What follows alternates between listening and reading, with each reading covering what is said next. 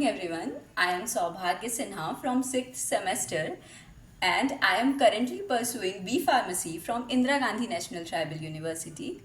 I am here before you to present a topic prodrug. So let's start this prodrug concept. First of all, come to the definition.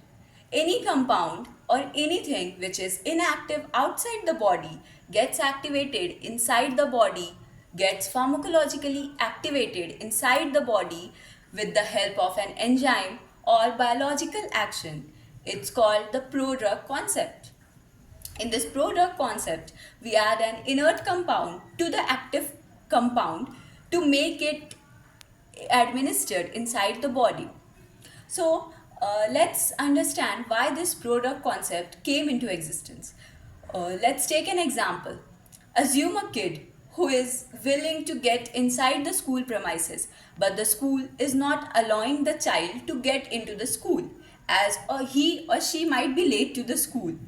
So what will he do? He will go to his mother, father or any guardian to accompany him or her to the school to get him permission to enter into the school. So by this small example, I am just clarifying that here the mother, child's father or the guardian is just acting as a pro-moiety and the child is acting as the main drug component. So the role of pro-moiety is just to make the prodrug, to make the drug active compound administered, get into the body's biological membrane to get it more absorbed into the body. Now let's come to the objectives behind prodrug.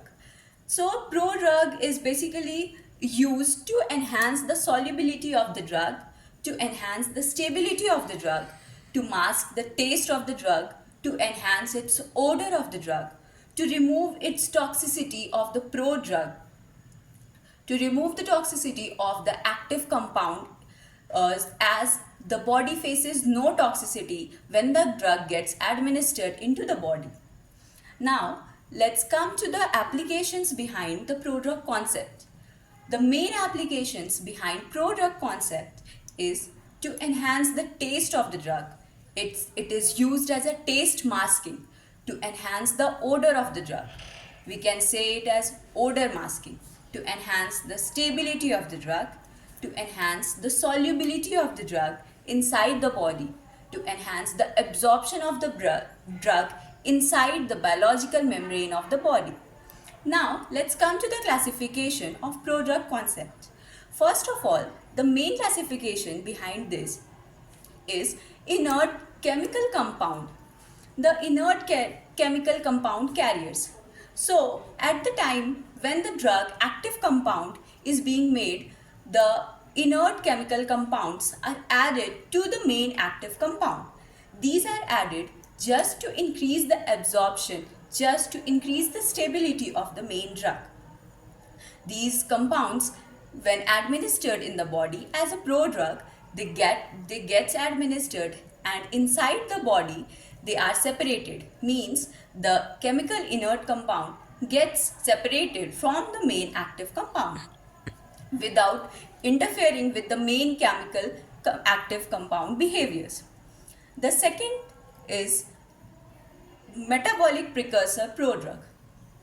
In this, at the time of manufacturing, the main active compound is being manufactured with the any other salt or molecule of any compound to get it converted into a prodrug. So it does not interfere with the active compound. When it's get administered in the body, it does not interfere with the active compound. It just acts as a prodrug which gets inside the body and separate easily. Now, the main applications were presented before the classification. Let's come to the example of it. A main and a very basic example of this is protonsil. So now concluding this topic, and I will just clarify that the prodrug is nothing. It just any compound which is inactive outside the body gets activated inside the body with the help of any enzyme or any biological carriers or any other inside body activities. Thank you.